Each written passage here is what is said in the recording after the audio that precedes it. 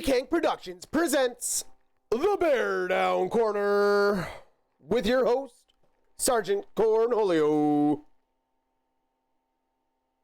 Yo, everybody. Welcome back. This is the Beardown Corner. I'm your man, Sergeant Cornholio, and we got your fix for this week's NFL news, updates, and preview for the Super Bowl. Let's get into it. We got some around the league news coming out this morning.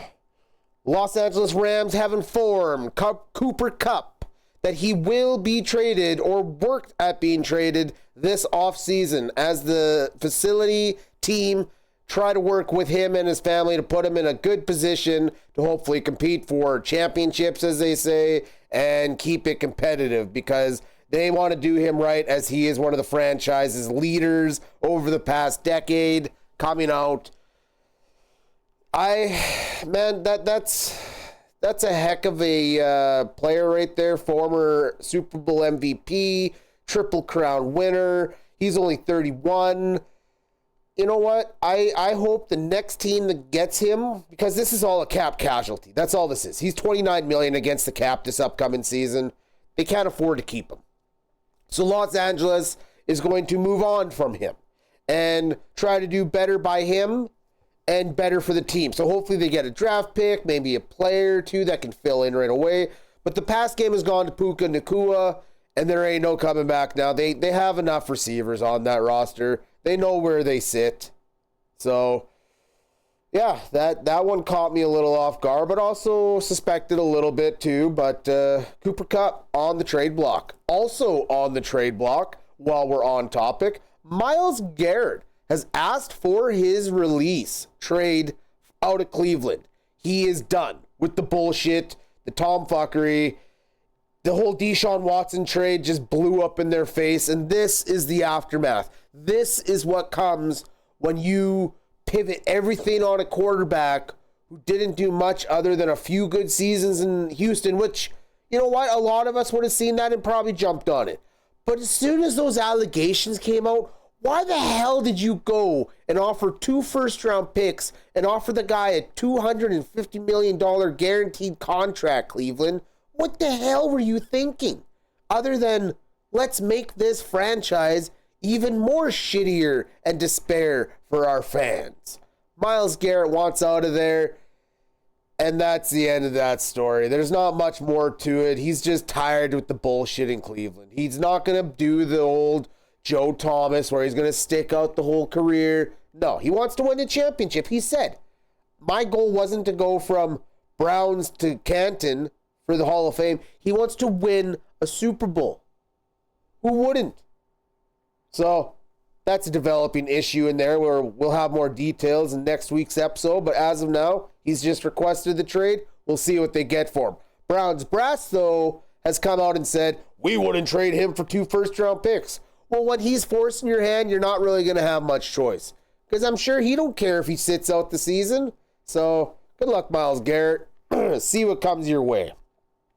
The commissioner, Roger Goodell, acknowledges that apparently this whole, the refs favor the Chiefs and all that as basically bukkake. Like, it's there's no truth to it. It's just complete false according to him. I call bullshit, but that's my opinion, as the Zebras are literally pinned to the fucking Chiefs' ass every game. But hey, what do I know though, right? So yeah, anyway, favoritism with the refs is a no-go, apparently, according to Roger Goodell. This was at the Super Bowl media week as they kicked it off. So there's also a couple of the other topics he touched on was the Tom Brady, as he is minority owner in the Las Vegas Raiders and a NFL analyst, right? ABC, NFL, something like that. Fox analyst. My bad.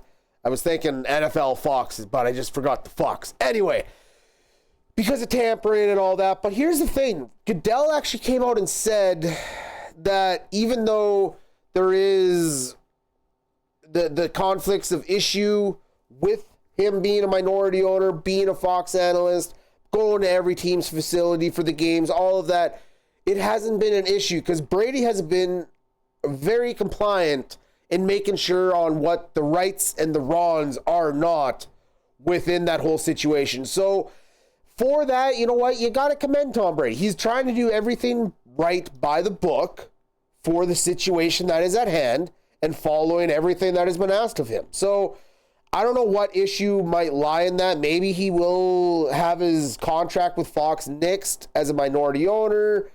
Who knows? But either way, he's been very involved in the offseason goings of the Raiders in helping the hire of Pete Carroll, their new GM. He came from Buccaneers. Like, he's had some connections. He's had the push in what he thinks is going to help that team long term. So we'll see how his blueprints sit all over this team, right? His fingerprints. I don't know where it's going to go from there, though. Will he continue to have all of what he has now, or will he only be a minority owner next year and not a NFL Fox analyst on Sunday games? I guess we'll see. I've liked him as a booth commentator. So, Tom Brady, good luck in your little endeavor. As for another topic, 18 games has been discussed as a possibility and will be brought up at league review this offseason. Roger Goodell didn't really touch too deep into it from what I gathered, but basically just we're going to revisit it because it's been on the docket. We went to 17, now we want 18. Honestly, 18 games is like nothing different for me. I grew up a CFL fan and know all about it, but I'm also an NFL fan, and I'd like to see more football. Sure, why not, right? You got to do it within reason, though. There is a way to ruin it, but I don't think 18 games will.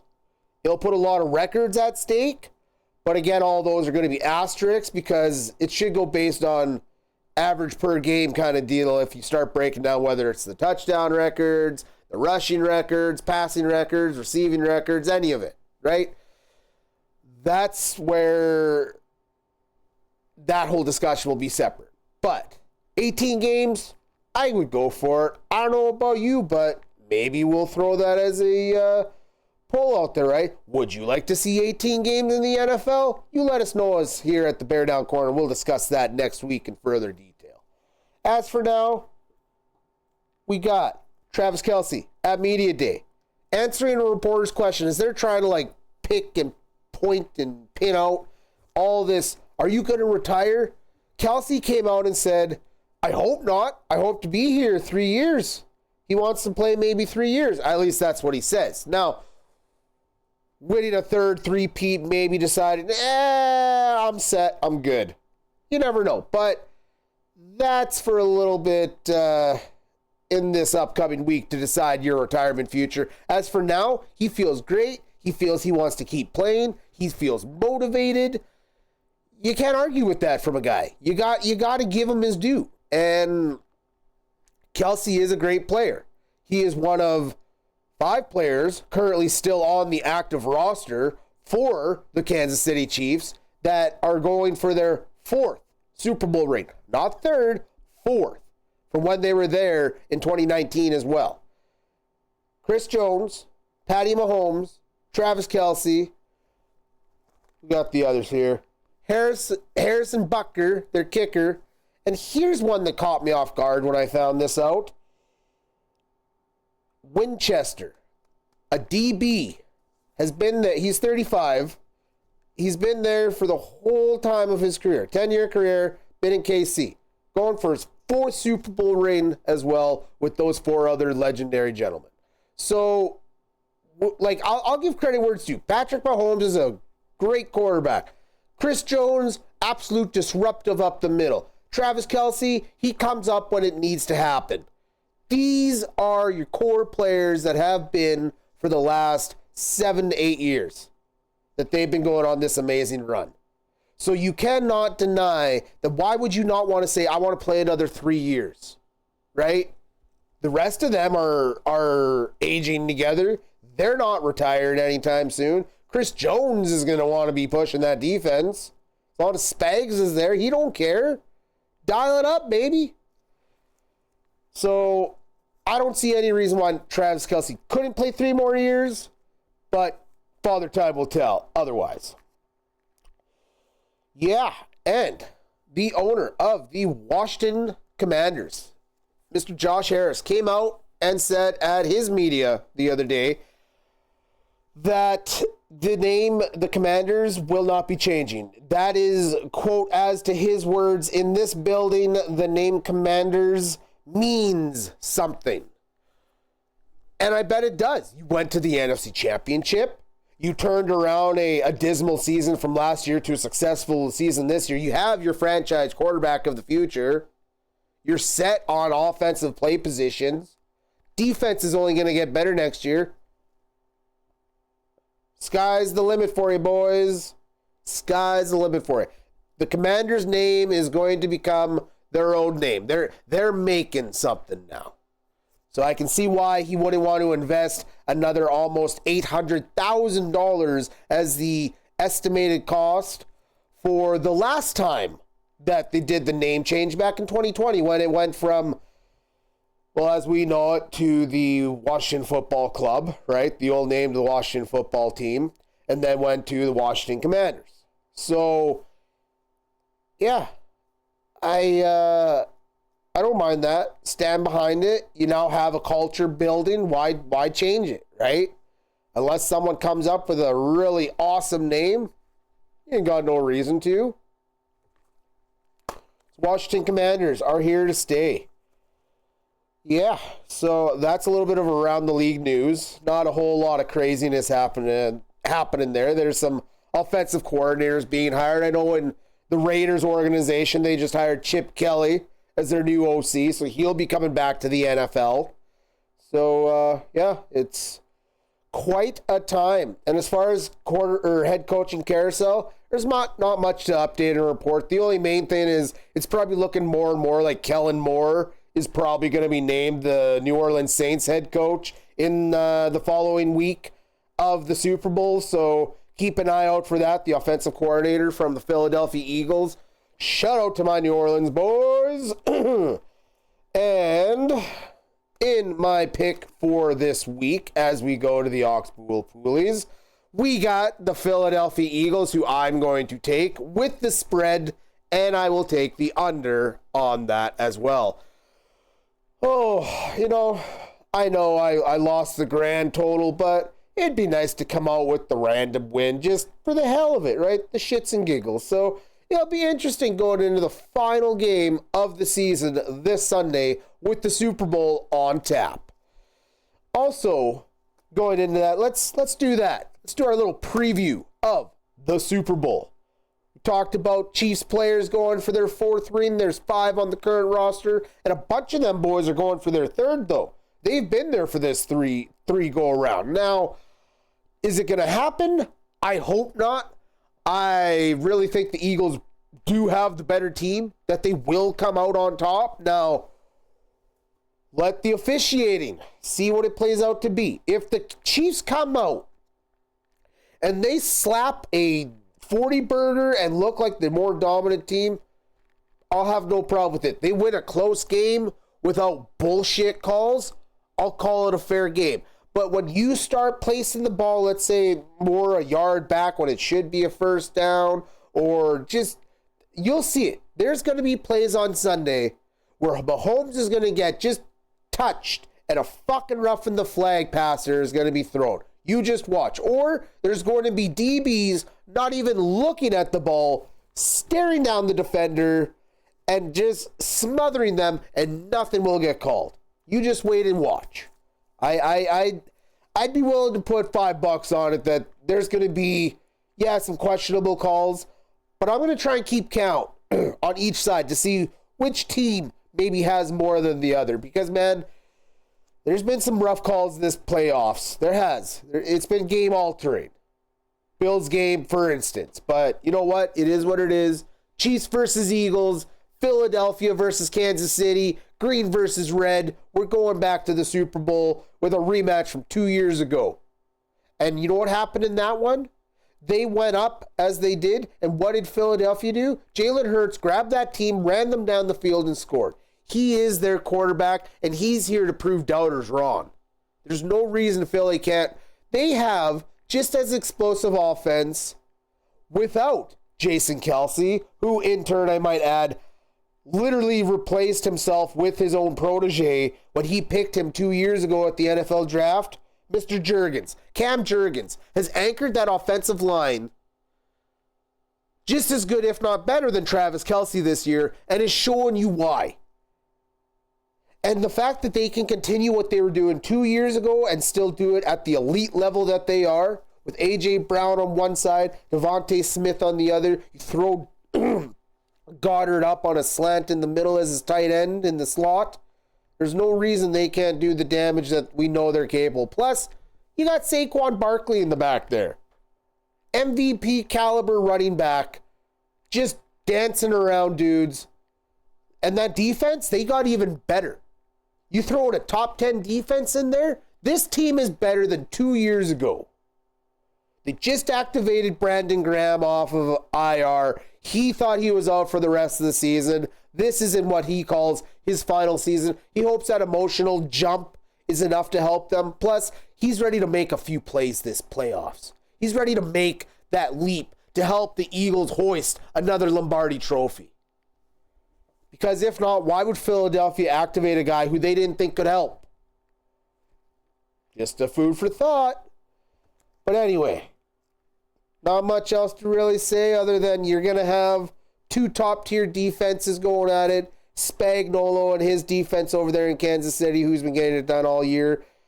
You can't really count that against them at all. That defense is something else. Ooh, boy. They've been smacking dudes around all season, bringing that one safety blitz. Spagnuolo is a hell of a defensive mastermind, and him sticking to what he knows in that is just a testament to that fact. Offensively, well, you wonder where the hell the Kansas City Chiefs are at times, other than when they get the right ref call on them, and then they're in the red zone and do a magical little pass, like when Patty Mahomes got taken down to one knee and just lobbed it to frickin' Travis Kelce, who's standing there wide open that whole 2 seconds, right? They know how to make plays at the right times, but they're put in those positions to make those plays, not always necessarily by themselves. That's a whole nother discussion. That's some conspiracy maybe. I won't get too deep into it because we don't need to. All I do know is we are on the heels of the Super Bowl, as we are in the week of the Super Bowl. And it's going to be a fun time. It's going to be a great game. And I'm excited. I'm excited to see Patrick Mahomes, who is a great quarterback. I can't take that away from him. I can't. There is some favoritism, but you still can't take it away from him. And then you got Jalen Hurts on the other side, who has felt defeat once, doesn't want to taste it again. And what better than your first Super Bowl than to stop the three-peat of the Kansas City Chiefs? There's no reason Philly can't get it done. In fact, I'm surprised they're not favorites. But it's because of the three-peat that on the spread, the Kansas City Chiefs come up as a 1.5 favorite. So, game time will tell, I guess. As for the Beardown Corner, this has been the preview show and the Around the League news for your playoffs heading into the Super Bowl week. So tune in this Sunday to catch all the action as we break it down after the game with our next week's episode of the Beardown Corner, where we will have the Super Bowl recap and a little bit of Around the League news as we top up the end of that season as we work towards getting ready for the wonderful March signings of free agency and therefore in the off season. So we hope you all had fun today. I know I did. It was a little bit shorter than normal, but hey, nothing wrong with that either, right? This has been the Beardown Corner. I'm Sergeant Cornholio. You all have been great. Thank you. Take care. Be safe. And we will catch you next week here at the Beardown Corner.